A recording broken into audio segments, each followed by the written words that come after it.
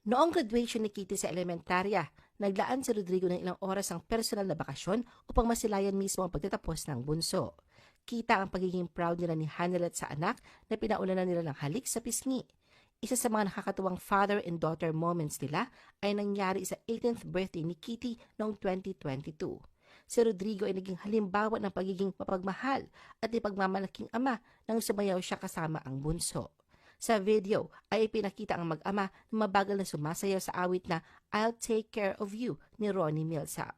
Samantala si Rodrigo ay madalas magsalita tungkol sa pagmamahal sa kanyang pamilya. Laging binabanggit na ito, lalo na ang kanyang mga anak, ang kanyang pinagmumula ng lakas at inspirasyon. Kaya naman, nang tanungin siya tungkol kay Kitty, ipinahayag niya kanyang pride at pagiging protective sa kanya. Minsan din nagbiro si Rodrigo na si Kitty ang pinaka-spoiled sa kanyang mga anak, ngunit ipinapakita niya ang labis niyang pagmamahal at hangaring bigyan ng magandang buhay ito na malayo sa mga pressure ng politika.